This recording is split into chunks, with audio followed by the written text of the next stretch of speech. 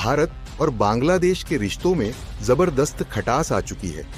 17 लाख से ज्यादा बांग्लादेशी नागरिकों को भारत ने मेडिकल वीजा देने से इनकार कर दिया है। गृह मंत्री अमित शाह और राष्ट्रीय सुरक्षा सलाहकार जिक्र किया उन्होंने, यानी कि जिस तरह भारत चाहता है कि बांग्लादेश को देखा जाए, वैसे ही तुलसी गैबर्ड जो हैं वो अब बांग्लादेश को देख रही हैं और उसके बारे में बात कर रही हैं। उन्होंने अपना इंटरव्यू दिया है। फॉरेन मिनिस्टर्स चलते चले आ रहे हैं वहाँ पर, प्राइम मिनिस्टर्स वहाँ पर पहुँच रहे हैं, वहाँ पर जो नेशनल सिक्योरिटी एडवाइजर्स हैं दुनिया के पहुँच रहे हैं, और CIA से लेकर MI6 तक जितनी दुनिया की इकोनॉमी ऊपर जा रही है और वो कम्पीट कर रहे हैं वर्ल्ड। देखिए, इसमें डिफरेंट सिनेरियोज भी हैं। अच्छा। सबसे इम्पोर्टेंट ये है कि उनकी जो पॉपुलेशन है ना वो भी बहुत ज़्यादा है। हम इस चीज़ को इग्नोर नहीं कर सकते, बिकॉज आप आगे बात कर रहे थे कि उनकी इकोनॉमी 40। अजीत डोभाल ने बांग्लादेशी घुसपैठ और अवैध गतिविधियों पर सख्त कार्रवाई के आदेश दिए हैं। अब भारत का संदेश साफ है कि जो देश भारत के खिलाफ जाएगा उसे कड़ा जवाब मिलेगा। चलिए जानते हैं कि भारत, और उसमें उन्होंने एक बड़ी क्लियर सी लाइन ली है, और उस लाइन में उन्होंने बांग्लादेश की, जिसे वो कहते हैं ना फ्रैंकली स्पीकिंग, ईंट से ईंट बजा देना, उन्होंने ईंट से ईंट बजा दी और उसने कहा कि ये अपना जो रवैया है इसको ठीक करें ऑन द रिलीजियस माइनॉरिटीज। ये है एक स्टेटमेंट। बड़ी बड़ी एजेंसीज हैं, उनके स्पाई मास्टर्स वहाँ पर पहुँच रहे हैं। कैसे है? ये ऐसे है कि वहाँ पर एक तो आप जानते हैं कि भारत में इस वक्त तुलसी गैबर्ड पहुँच चुकी हैं, national security adviser of America किया है, तो नो डाउट उनकी जो पॉपुलेशन भी है वो भी आई थिंक पाकिस्तान से 7 to 8 टाइम्स ग्रेटर है, राइट। तो प्रोपोर्शन देखा जाए तो पाकिस्तान वीक नहीं है। तो दूसरे नंबर पे पाकिस्तान की इकोनॉमी, तो एक इकोनॉमी स्टेबल।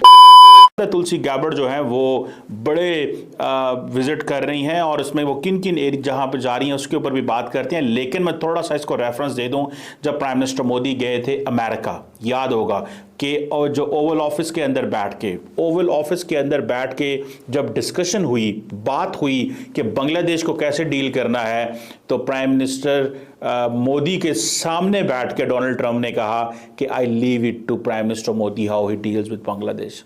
मैंने पहले भी कहा था इसके दो मतलब हैं। एक मतलब तो ये है कि जनाब जो होता है कर लो, खुली मैदान है, और दूसरा ये है कि स्टे अवे।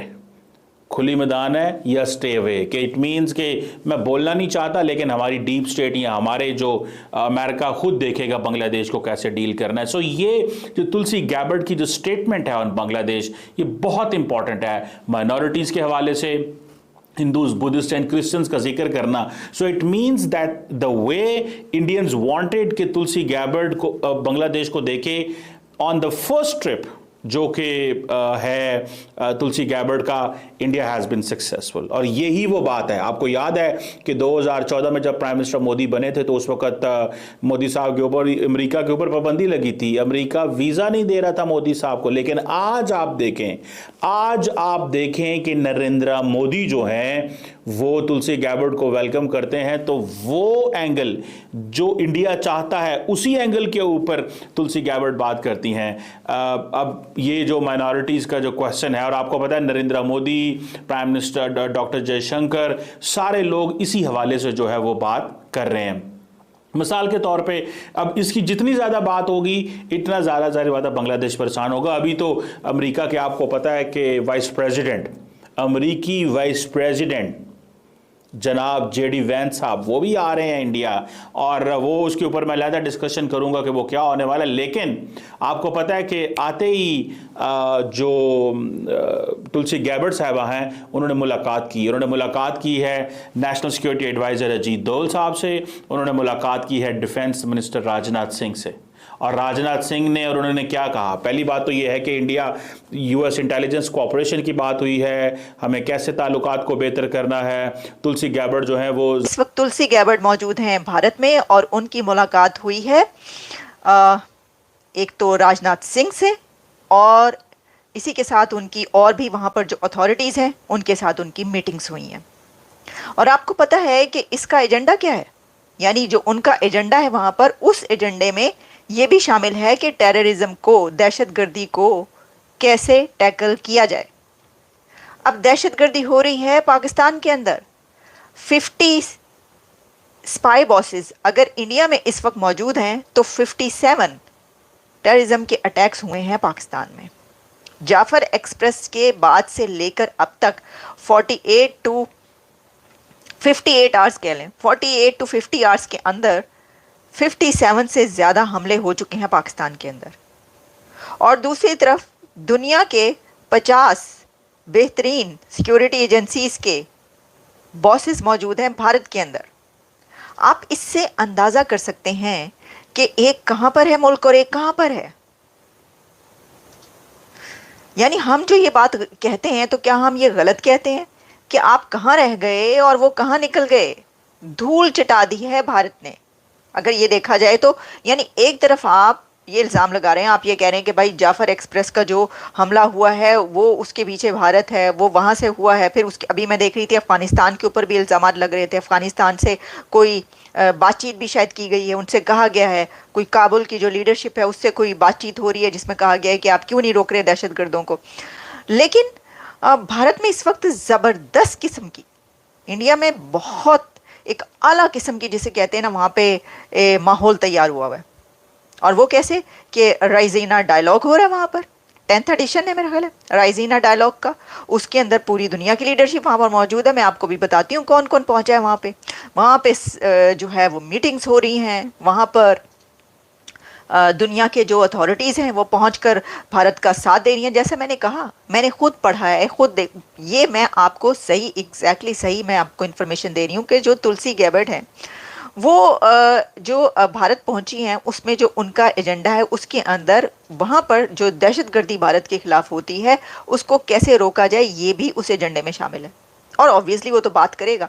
अच्छा देखिए, अब इसी political stability, when your country will be political stable, then next step जो होता है इकोनॉमी और दूसरे जो चीज़ें होती हैं वो स्टेबल होना तो स्टार्ट होती है। बांग्लादेश तो इकोनॉमिकली आपको स्टेबल नजर आ रहा है? नहीं नहीं, पहले था। हाँ। जैसे हसीना वाजिद का तख्ता पलट किया, हाँ। वो भी यूथ स्टूडेंट, यूनस आ गया। यस यूनस आ गया। अब यूनस ये है कि यूनस का जो माइंड सेट है वो कम्प्लीटली डिफरेंट है। हसीना वाजिद ये थी कि वो इंडिया के साथ मिलती थी।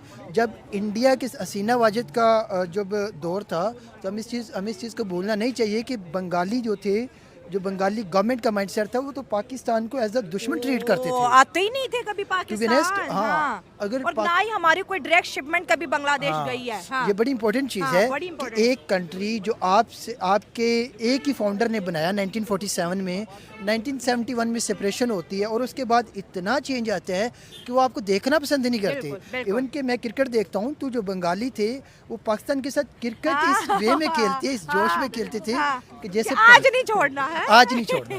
तो that was surprising for us कि वो भी मुसलमान, हम भी मुसलमान, हमें बनाने वाला सेम कायदे आज़म, बट डिफरेंट सिनेरियो जो था, different mindset just due to their government.